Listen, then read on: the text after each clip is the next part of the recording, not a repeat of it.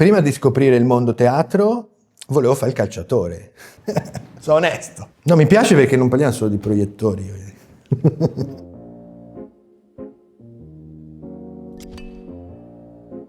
Sono Valerio, arrivo da Spoleto e ho iniziato la mia carriera professionale come tecnico luci al Festival di Spoleto diversi anni fa. E la mia passione per la luce nasce da bambino. Mi ricordo quando mia mamma mi portò per la prima volta al circo, quindi nasce dalle prime luci che avevo visto nel circo, e poi sempre i miei genitori mi portavano agli spettacoli del Festival di Spoleto. E lo spettacolo di per sé che mi ha fatto veramente scattare la scintilla è questo assolo di David Parsons, dove lui saltava con un telecomando in mano e ogni volta che saltava c'era una luce stroboscopica. Questa luce stroboscopica, che si accendeva e si spegneva a tempo, col suo tempo, dava l'illusione che lui stesse volando, perché quando atterrava era buio, quando saltava c'era luce. E quindi direi, la luce può fare questo, cioè può illudere, no? Ecco, a me piace il concetto di luce che illude, ma soprattutto racconta, no? Lì raccontava una persona che vola, nello stesso tempo illudeva il pubblico perché non stava volando quella persona. Quindi diciamo la mia passione luce nasce da lì. Poi il percorso è stato prettamente teatrale, Festival di Spoleto, Festival Rossini Opera Festival, compagnie di danza, compagnie di prosa, iniziare a lavorare con dei grandi light designer storici italiani, iniziare a fare i miei progetti nel musical, nell'opera, fino a che diciamo il passaggio importante è stato i 6 anni che ho fatto al Teatro alla Scala come assistente del light designer residente, e dove diciamo ho fatto un gradino diciamo a livello di mercato, no? E di network, che mi ha dato la possibilità, uscendo poi, perché la mia passione è stata sempre quella di essere un lighting design internazionale, e posso dire con tutta fierezza che io adesso sto dove volevo stare. Questo mi piace dirlo, perché mi trovo a collaborare molto all'estero, anche in Italia ma molto all'estero, con team creativi internazionali, e quindi è esattamente diciamo il sogno che si sta realizzando, e ce ne sono tanti altri che devono crescere, però siamo esattamente qua. Emanuele, Alessandro, Manuel, diciamo siamo 4. E sì, diciamo siamo un gruppo nato recentemente, in realtà nel 2020 più o meno, dove abbiamo scelto questo nome appunto da 5600 gradi Kelvin, no? Ovviamente, che è il nostro target di riferimento, diciamo, del mestiere, e onestamente è sempre stata una mia idea da tanti anni di creare una specie di studio associato, ma che non sia strutturato classicamente, nel senso che siamo 4 lighting designer, ovviamente, con diverse esperienze, no? Io sono il più senior, poi c'è Emanuele, Manuel, Alessandro. Emanuele, tra l'altro, è uno degli attuali docenti di Gramma 3 per RM nel corso teatro, proprio oggi a Siracusa. Dove l'idea è quella di condividere le nostre culture, diciamo, condividere l'esperienza, condividere la freschezza del 23enne Alessandro, condividere il 32 anni di Emanuele, la parte più tecnica di un Manuel, la parte più esperta di Valerio, perché è il più grandicello di tutti, dove non necessariamente lavoriamo sempre insieme. Per me questa è stata la cosa figa. Ognuno ha la sua strada, il suo percorso, però diciamo ci teniamo insieme, ci si aiuta, quando io ho bisogno di uno di loro ovviamente cercano di esserci, e viceversa, sia in presenza che magari invece semplicemente in consulenza, no?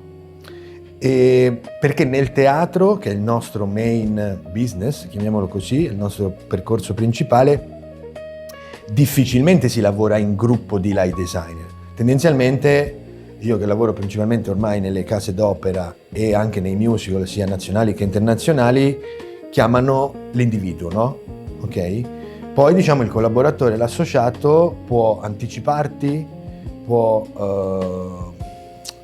ricreare un progetto dopo che ha debuttato, quello. Invece nel privato capita un po' più spesso che veniamo chiamati come K5006, diciamo come gruppo. Però il teatro rimane il nostro main business, quindi lavoriamo o insieme quando siamo in qualche location insieme, ovviamente, oppure lavoriamo a distanza, quindi con delle videoconferenze ogni tanto per aggiornamenti, allineamenti, no? Abbiamo il nostro gruppo WhatsApp, ovviamente, classico, dove c'è una quotidianità, sia per a volte confronti, sia per richieste da uno, dall'altra, facciamo questo, chi si occupa di questo progetto, chi segue questa cosa, dovrei sviluppare sta pianta, io nel frattempo faccio questo, no? Quindi questa roba la andiamo avanti molto, molto rapidamente e a distanza, confrontandoci con delle videochiamate, e credo che funziona benissimo. Lavorando in teatro, principalmente partiamo da un progetto tecnico, no? Ovviamente, quindi un light plot, tendenzialmente il percorso è quello, ovviamente dietro c'è tutto un pensiero, c'è tutto lo studio dello spettacolo, c'è tutto il confronto con il regista, con lo scenografo, costumista, coreografo, quando parliamo di nuove creazioni c'è anche un compositore c'è spesso, questa è una cosa, ma principalmente nel musical theater che faccio, c'è un consulente illusionista anche, perché tanti trucchi magici che vanno ovviamente sviluppati con la luce devono essere sostenuti in questo modo. Non lavoriamo tanto in preprogrammazione perché tendenzialmente il teatro ha la qualità, se vuoi, che le scenografie, essendo costruite ad hoc ogni volta, è difficile ricreare le texture, le riflessioni, gli assorbimenti della luce in tridimensionale.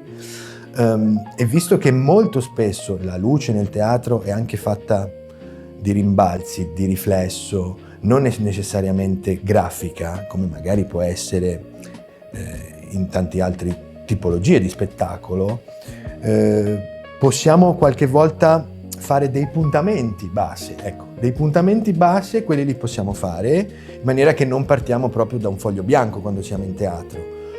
Possiamo fare una cue list, noi lavoriamo in questo modo tendenzialmente nel teatro, siamo presenti alle prove in sala di regia, quindi nello studio, noi registriamo le prove, con dei software dedicati ci segniamo le cue nei video, nella ripresa di queste prove, e poi praticamente a volte quando possiamo esportiamo la cue list per le varie console, principalmente Gramma 2 e Gramma 3, quella che utilizziamo, e abbiamo già una traccia. Sono scatole vuote però, noi dobbiamo riempirle, le riempiamo sul campo. Ecco, le luci, intese come luci vere di uno spettacolo teatrale, si fanno realmente sul campo. In alcune case d'opera ti mettono a disposizione un previsualizzatore dove tu riesci a fare dei puntamenti, ecco, quello sì, però diciamo poi la percezione reale viene fatta ad occhio nudo. Allora, prima di scoprire il mondo teatro volevo fare il calciatore. Sono onesto, tuttora sono super appassionato di calcio, guardo calcio, non dico la squadra che tifo, ok? Però è una squadra importante, adesso un po' meno, ma è stata importante fino a qualche anno fa, perché penso sempre che ci sia comunque una relazione tecnica tra il calcio e la luce. Ok, questa è un po' una mia fissa. Parliamo di schemi, la luce è geometria, no? Poi la luce è linguaggio, la luce è arte, la luce è pittura, però inevitabilmente la luce parte da una sorgente e arriva ad un altro punto finché non trova niente in mezzo. È un po' come una traiettoria, diciamo, del pallone. E l'idea della geometria, diciamo, a me mi ha sempre intrigato. Quindi è per questo che cerco mi convinco anche che c'è una relazione tra gli schemi calcistici e i progetti luce, perché parliamo di sempre geometria alla fine, esatto, quindi questo. E poi anche lì c'è la finzione, no? Maradona diceva che il calcio è finzione, no? Quindi tu finti di andare a destra per andare a sinistra. Quindi il concetto di illusione lo riportiamo anche, secondo me, in quello che noi dobbiamo fare, cioè facciamo credere al pubblico che sta succedendo una cosa quando ne sta succedendo un'altra. Quindi per me è stata sempre un po' un po' strano magari raccontarlo, però proprio questo è molto intima come cosa, è personale. Il nostro mestiere di lighting designer sia un mestiere che va allenato, ok? Quindi il discorso anche di relazione con lo sport secondo me può essere questo. Ci vuole sia studio ma allenamento, cioè quotidianità. Noi dobbiamo quotidianamente, quando lavoriamo ma anche no, essere sempre aggiornati, allenati. Quindi diciamo, e soprattutto se vogliamo parlare appunto del rapporto col calcio, faccio l'esempio di nuovo, è il discorso del lavoro in team, secondo me molto importante, perché per quanto poi se tu leggi le luci vengono fatte o da un gruppo o da un individuo singolo, comunque diciamo è un lavoro di team lo spettacolo. Quindi saper essere in team, saper essere leader in qualche modo, no? Essere empatici come in una squadra, bisogna lavorare in team, bisogna ricevere la fiducia dei nostri compagni, no? E soprattutto la struttura, la disciplina, cioè nel senso le regole, cioè in uno sport come nel gioco del calcio ci sono delle regole che vanno in qualche modo rispettate. Puoi essere così bravo da superare le regole, questo è un altro piccolo idea che ho rispetto a questo mondo, del mio mondo, dove magari mi ci aggancio, è il fatto che credo che dobbiamo conoscere la tecnica molto bene, dobbiamo conoscere le regole per poter avere la capacità, chi più e chi meno, di superare queste regole e quindi di utilizzare la tecnica in questo caso a servizio dell'arte, no? E nello sport è uguale, se tu non conosci la tecnica, solo con l'idea non vai da nessuna parte e soprattutto se non c'è un allenamento costante. Questo è. Le mie emozioni crescendo sono aumentate invece che diminuire, perché forse c'è meno incoscienza, anche se mi sforzo a volte di essere incosciente, perché l'incoscienza ti aiuta a volte a raggiungere dei livelli meno strutturati e più interessanti. Le emozioni sono tantissime e soprattutto si susseguono rapidamente. C'hai 10 secondi di ansia, 20 secondi di felicità, 2 secondi di noia, paura, attrazione. È una cosa continua. La cosa difficile non è gestirle, la cosa difficile è canalizzarle, secondo me, per far sì che ogni di questa emozione ti possa produrre un qualcosa mentre lo stai facendo, ti possa aiutare in quello che stai facendo, no? Io tuttora ho paura quando inizio un nuovo lavoro e sono felice di avere questa paura. Vedi, paura e felicità, no? È una follia. Infatti è un mondo di pazzi, effettivamente, voglio dire, non è un mondo, non è un lavoro, è una vita. Credo che io mi sento fortunato perché vivo del mio lavoro, ma in realtà lavoro vivendo, posso dire una cosa del genere? Quindi in realtà mi sembra di vivere e basta, fondamentalmente, ecco. E quindi queste sono le emozioni principalmente, cioè è una cosa, un up and down, una cosa su e giù continua, un qualcosa che ci travolge quando iniziamo, che siamo lì appunto in console, iniziamo a fare le luci, da dove partiamo, dove siamo, dove dobbiamo arrivare, perché tu puoi aver pensato ore, giorni, ma poi quando sei lì noi dobbiamo performare, ecco, noi performiamo, no? Questa è la cosa e quella, vorrei dirlo, mi verrebbe di dirlo con una parola che non posso dire, però quando ti trovi lì appunto che inizi la programmazione luci di uno spettacolo o lavori appunto con la luce durante le prove o separatamente con il regista, è un qualcosa che appunto devi chiudere gli occhi, stringere i denti, stringere tutto quello che puoi stringere del tuo corpo per far sì che questa cosa inizi. E io ho sempre, devo dire onestamente, l'ansia all'inizio, un'ansia che poi si tramuta in serenità, in soddisfazione, dipende un po' da come vanno i progetti poi ovviamente, però all'inizio il comune denominatore è l'ansia, ecco, io ho l'ansia ogni volta che devo iniziare sul campo un progetto. Questa è la prima emozione. Poi varia, non è un percorso sempre uguale. può continuare l'ansia per un po', può cambiare subito e diventare felicità. Allora, idealmente noi dobbiamo immedesimarci nel pubblico, no? Noi dobbiamo cercare di staccarci, che è la cosa più difficile, dalla nostra professione momentaneamente, per metterci nei panni di chi semplicemente compra un biglietto e viene a vedere lo spettacolo e cosa riceve da quello che noi gli diamo. Questo secondo me è uno dei passaggi più difficili del nostro mestiere, mettersi nei loro panni. E per mettersi nei loro panni io a volte faccio così, è una cosa proprio pratica. Mi fermo mentre stiamo facendo le luci, esco, fumo una sigaretta, torno e mi fermo magari un po' lontano dalla platea, no? In fondo, non torno lì al tavolo di regia e guardo. E lì quel refresh rapido che ho mi dà la possibilità di mettermi momentaneamente nei panni del pubblico, vedere quello che, no? In maniera, come dire, pura, no? Vedo, non sono contaminato dal linguaggio, dalla storia. Quindi nel momento in cui noi dobbiamo poi forzare invece col nostro lavoro, quindi a livello a volte di effetti che possano essere più forti nei confronti del pubblico, questa tecnica a me mi aiuta molto, onestamente. Nello stesso tempo non mi faccio scrupoli, ecco. Non mi faccio un minimo di scrupolo. Ah, questa luce potrebbe infastidirli? Ben venga, vuol dire che vogliamo infastidirli. Questa luce è scura? Non si vede abbastanza? Ben venga, si devono sforzare, ok? Questa luce è abbagliante, cioè non è fastidiosa ma è un'immagine iperesposta, sovraesposta?